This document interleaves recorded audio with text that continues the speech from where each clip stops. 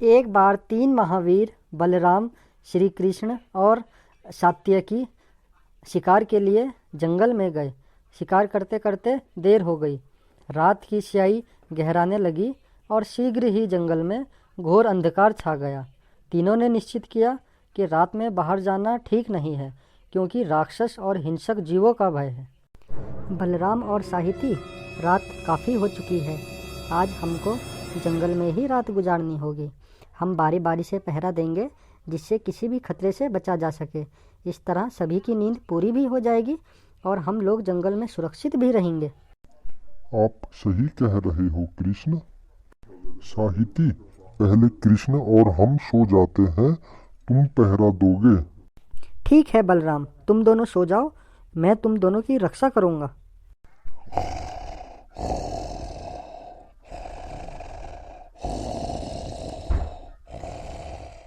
आज रात का भोजन मैं तुम तीनों को बनाऊंगा। नहीं नहीं, मैं तुमको ऐसा नहीं करने दूंगा। तुम मुझे इन दोनों को खाने दो, मैं तुमको छोड़ दूंगा। तुमने मुझे धोखेबाज समझने की हिम्मत कैसे की? मैं अभी तुम्हें यमलोक पहुंचाता हूँ।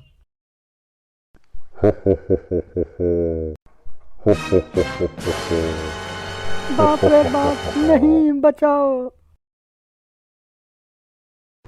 साहिती, क्या हुआ? तुम चिल्ला क्यों रहे थे? बलराम बलराम, अभी एक बहुत भयंकर राक्षस आया था। वो हम तीनों को खाने की बात कह रहा था। उसने कहा तुम मुझे इन दोनों को खाने दो, मैं तुमको छोड़ दूंगा। उसका और मेरा युद्ध भी हुआ। उसका आकार बढ़ता गया और मैं छोटा हो गया। अब मैं सो रहा हूँ। अगर वो राक्षस आए तो तुम उसका मुकाबला करना। साहिती, तुम चिंता ना करो, मैं उस राक्षस को धूल चटा दूंगा। अच्छा, तो वो राक्षस तुम ही हो। साहिती ने तो तुम्हें छोड़ दिया, अब मैं नहीं छोड़ूंगा। बलराम, मैं तुमको भी चेतावनी देता हूँ, मुझे इन दोनों को खाने दो, मैं तुमको छोड़ दूंगा। मूर्ख राक्षस, तुम्हारी इतनी हिम्मत, तुम मेरे दोस्तों को खाओ। अभी रुको, मैं तुमको यमलोक पहुंचाता हूँ। खेलो मेरा प्रहार।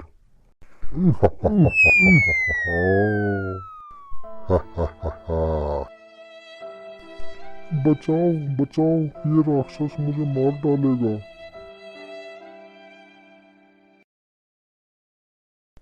कृष्ण, मैं अब सो रहा हूँ। इस जंगल में बहुत भयंकर राक्षस है, कहीं वो हम तीनों को खा नहीं जाए। हे, तुम चिंता नहीं करो बलराम, तुम दोनों आराम से नींद लो। उस राक्षस से मैं खुद निपट लूँगा।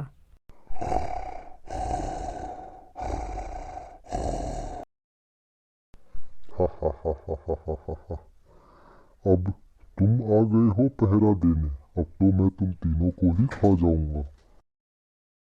अच्छा, तुम यह बताओ, तुम किस शर्त पर मुझे जीवित छोड़ने को तैयार हो? इन दोनों को मुझे खा लेने दो। एक राक्षस के लिए यह कौन सी बड़ी बात है? तुम इन दोनों को शौक से खा जाओ। मूर्ख बालक, अभी तुम मेरी शक्ति को पहचानते नहीं हो। अभी मैं तुम तीनों को खा जाता हूँ। हा हा हा हा, खा लो तुम। यह क्या? यह बालक तो मेरे से डर ही नहीं रहा है। वो दोनों बालक तो मेरे से डर गए थे। तुम्हारा आकार के इतने छोटे हो जाने से मुझे सचमुच बहुत दुख हो रहा है, लेकिन तुम चाहो तो मुझसे युद्ध कर सकते हो। मैं चुपचाप तुम्हारे प्रहार को बर्दाश्त करता जाऊंगा। नहीं नहीं, ऐसा नहीं हो सकता, मेरा आकार तो घट गया है। ही ही ही। बलराम और साहित्य, उठ गए तुम दोनों सो करके? कृष्ण कृष्ण, रात हमको एक राक्षस मिला। उन्होंने हम दोनों को खाने की बात की मेरे से। हाँ कृष्ण, मैंने भी देखा था उस राक्षस को। हमने उससे युद्ध भी किया, लेकिन हम उसको हरा नहीं पाए। वह राक्षस और कोई नहीं, आप लोगों के क्रोध का परिणाम था। जैसे जैसे आपका क्रोध बढ़ता गया, वैसे वैसे उस क्रोध रूपी राक्षस का आकार भी बढ़ता गया। वह राक्षस मेरे पास भी आया था, किंतु मैंने क्रोध करने के बदले उसे हंसकर बातें की। जब वह प्रहार करता रहा मैं चालाकी से बचता रहा, उस पर कोई प्रहार नहीं करता, जिससे उसका आकार छोटा होता गया। देखो अब वह राक्षस इस रूप में आ गया है। हे ओम्बा! भगवान! सही कहा आपने कृष्ण, क्रोध ही मनुष्य का सबसे बड़ा शत्रु होता है।